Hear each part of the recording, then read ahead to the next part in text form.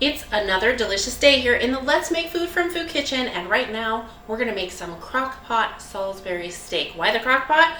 We're all busy. We all got things to do. Sometimes we wanna come home to a delicious dinner that we didn't have to spend an hour making after a full day of work. So let's set it up, set it in our crock pot, come home and be happy.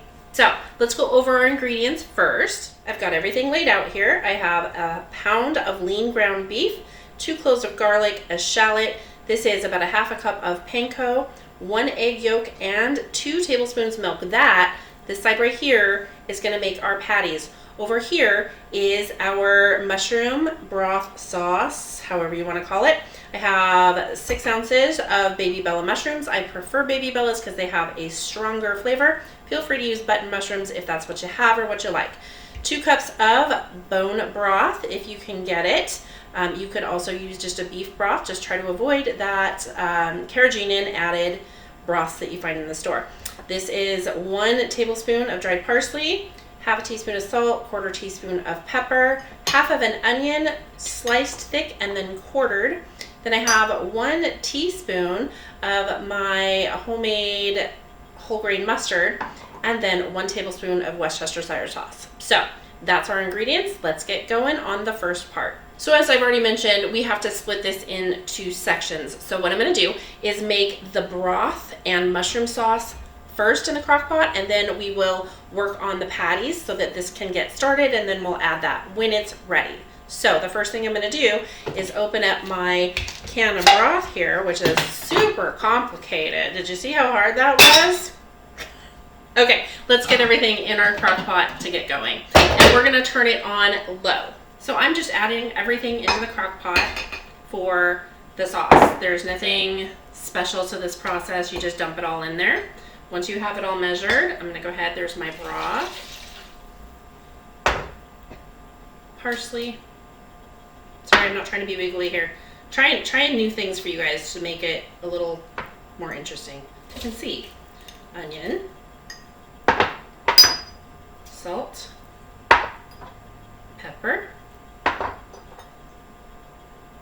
Worcestershire sauce. Who's your sister sauce? Whole grain mustard. I'm just gonna give it a quick mix. Okay. Okay, for this next part, I wanna take my shallot that I have peeled and quartered, and I'm gonna put it in this food processor. You can also use a grater and fine grate it. That works beautifully, but I don't like crying.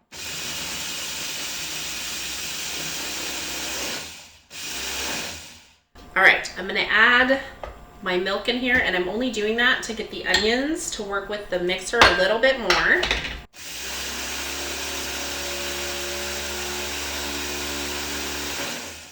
So I'm gonna take this off and get it right on in there. So used to having that sink behind me. Now I'm like reaching over to the side. It's like I'm dancing a little. Okay. It's an adjustment, but I do like parts of this kitchen.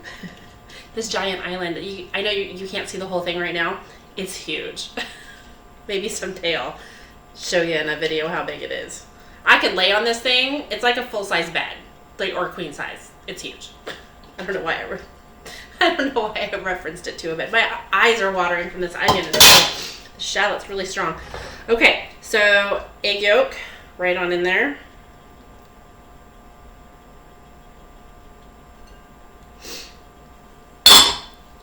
And I'm gonna go ahead and smash my garlic. Crush, smash, press, whatever.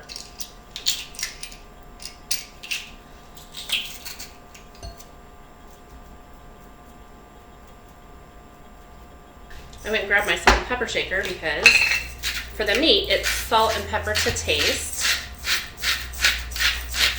So I'm just gonna put a little in there because we can always adjust our salt and pepper content in our sauce broth. Sauce.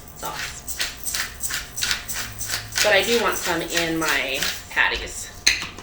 Okay, so I have breadcrumbs. I'm gonna put the beef in there first, okay, and then the breadcrumbs. And at this point, I'm just gonna get my hands dirty and just get right to it. I took off my rings because I don't want all that in my rings. Plus, you know, if you're doing stuff like this, I recommend taking off any rings that you have anyway, because they kind of collect germs and stuff, and you don't want that in your food. I don't know if you've ever thought about that, but I do. So I'm just trying to get this really well combined, and then we'll make patties, and the patties just go right on top of our mushrooms in there. So your prep work for this isn't that bad. I'm gonna go ahead and take this out of the bowl now. Okay, and so what I want is 4 patties. Okay, and I'm trying to get them relatively even. It's going in the crock pot, so I'm not too concerned about it taking a long time to cook and not going evenly. Okay, so what I want to do is just form my patties. Okay, almost basically like a burger patty. Okay, there we go, like so, and I'm going to set it right on in there. Okay, I'm going to repeat the process with the other 3. Then I'm going to put on the lid. It's going to sit on low for 5 hours, and then we will thicken up our broth and make it into a gravy.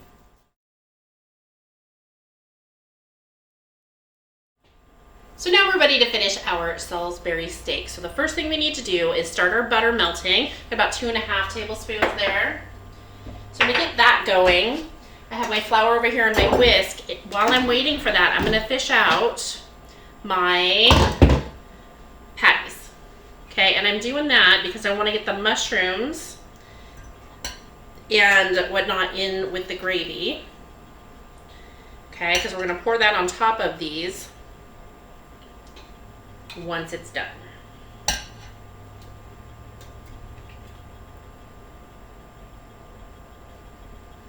Okay, so there's our patties, and there's our mushrooms that are left in there, and we're gonna fish those out and get the broth. All right, so there's our mushrooms and onions. To make a standard gravy, your mixture is gonna be 1 tablespoon of butter, 1 tablespoon of flour to 1 cup of your liquid. I want this to be a little thicker, so I'm probably gonna back off a little bit on the liquid. We'll see what we end up with, but it's gonna be delicious no matter what. All right, there is our butter. I'm gonna go ahead and get that flour in there and whisk it up, and I'm gonna let that cook 30 to 60 seconds. We want it to thicken up and kind of be like a paste, and it should smell a little nutty.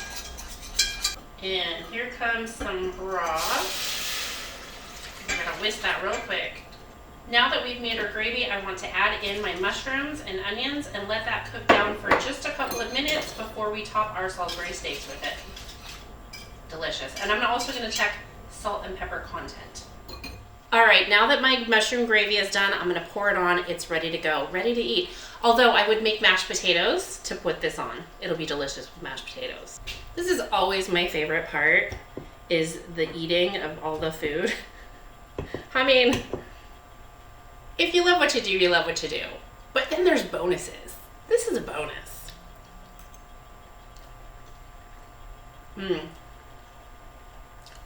Perfect. The Salisbury patties are very tender, which is exactly what I want. I don't want the pushback that you get from like a regular hamburger patty. This is fabulous.